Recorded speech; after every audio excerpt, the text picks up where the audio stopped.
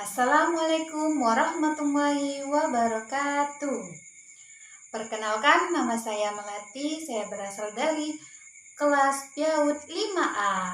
Saya di sini akan menjelaskan tentang statistika deskriptif dan statistika inferensial.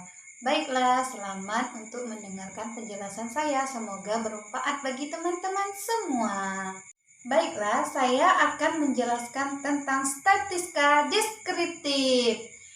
Baiklah, statistika deskriptif adalah pengumpulan data, penyajian data, pengelolaan data.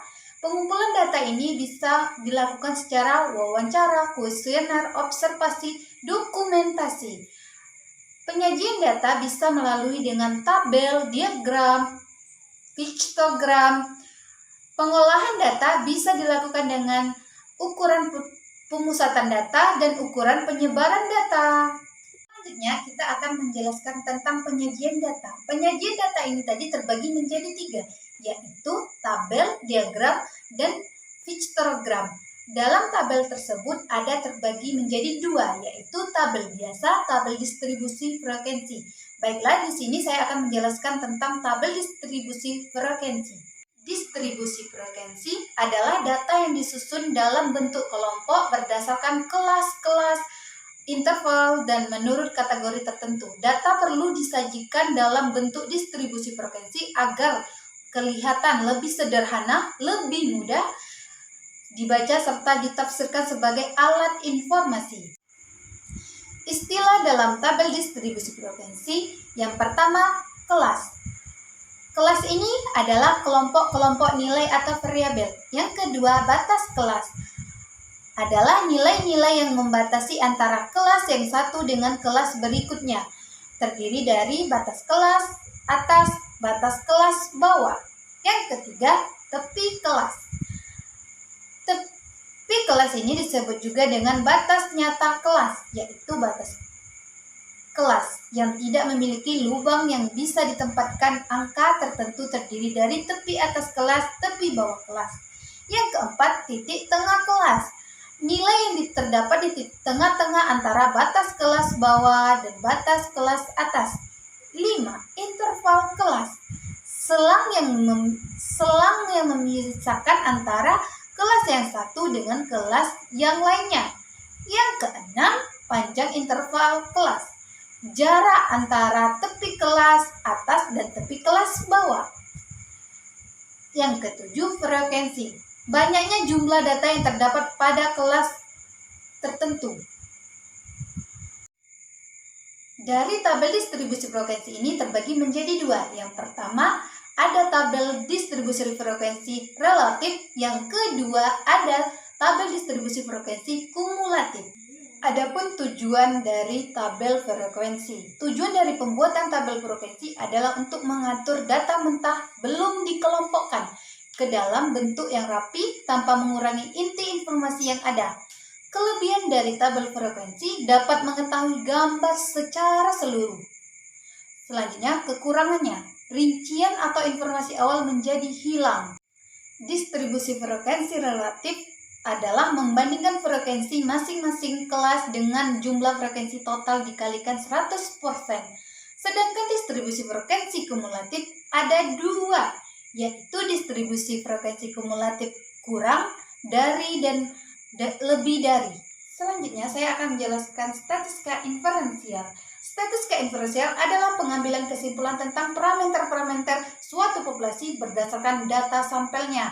Statistika inferensial dapat dilakukan dengan estimasi parameter berupa titik dan interval atau uji hipotesis.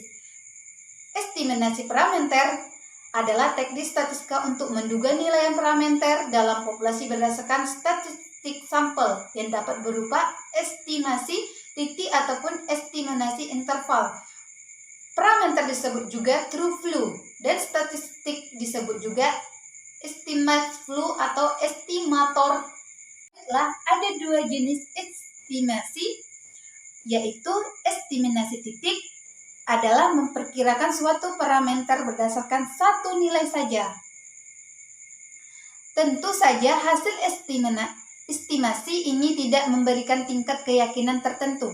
Sedangkan estimasi interval adalah memperkirakan suatu parameter berdasarkan banyak nilai dalam suatu interval tertentu sehingga hasil estimasi interval akan memberikan tingkat keyakinan tertentu. Selanjutnya, uji hipotesis. Uji hipotesis dapat diartikan sebagai dugaan mengenai suatu hal atau hipotesis merupakan jawaban sementara suatu masalah, atau juga hipotesis dapat diartikan sebagai kesimpulan sementara tentang hubungan suatu variabel dengan satu atau lebih variabel yang lain. Tetapi menurut Profesor Dr. Nasution, definisi hipotesis adalah pernyataan tentatif yang merupakan dugaan mengenai apa saja yang sedang kita amati dan usaha untuk memahami. Hipotesis statistik adalah hipotesis yang dinyatakan dengan parameter suatu populasi.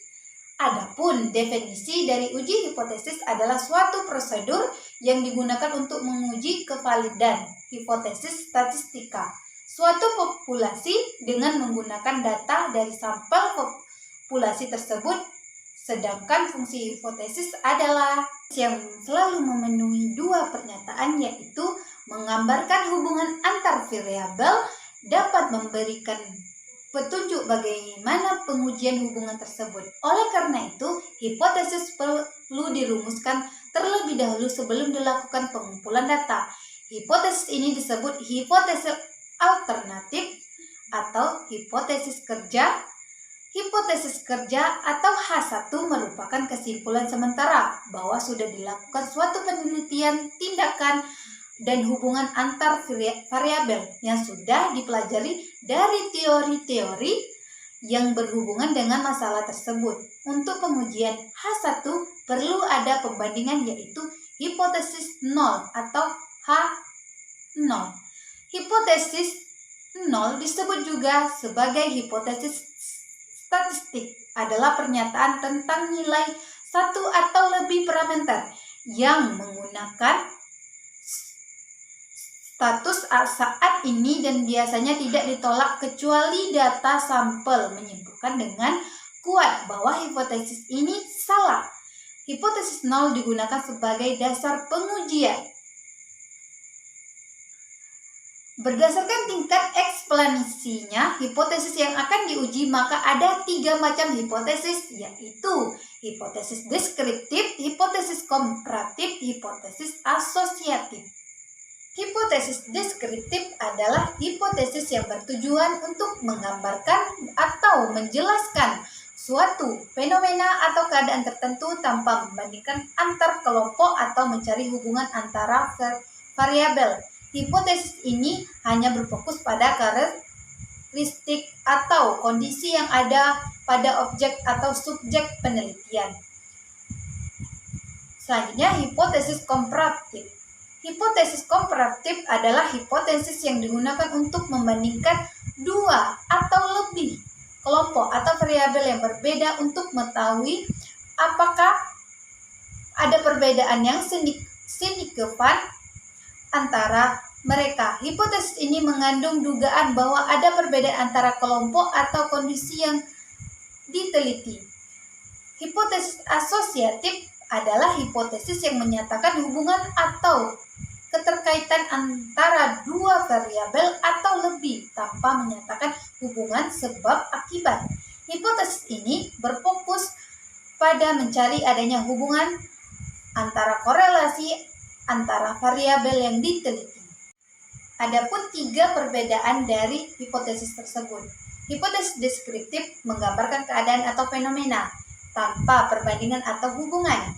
Komparatif membandingkan 2 atau lebih kelompok atau variabel untuk melihat atau tidak perbedaannya. Asosiatif menyatakan ada hubungan atau korelasi antara 2 variabel tanpa menyatakan hubungan sebab akibat. Menyusun tabel distribusi frekuensi. Yang pertama, tentukan banyak kelas yang diperlukan.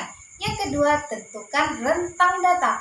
Yang ketiga, bagilah rentang data dengan banyak kelas Untuk menentukan panjang kelas. Yang keempat, tentukan batas bawah kelas pertama. Yang kelima, tentukan tepi bawah kelas pertama. Yang keenam, tentukan batas atas kelas pertama. Yang ketujuh, tentukan tepi atas kelas pertama. Yang kedelapan, daftarkan semua ujung dengan cara menambahkan panjang kelas pada ujung kelas sebelumnya. Yang kesembilan, tentukan frekuensi bagi masing-masing kelas dengan menggunakan terus atau tali.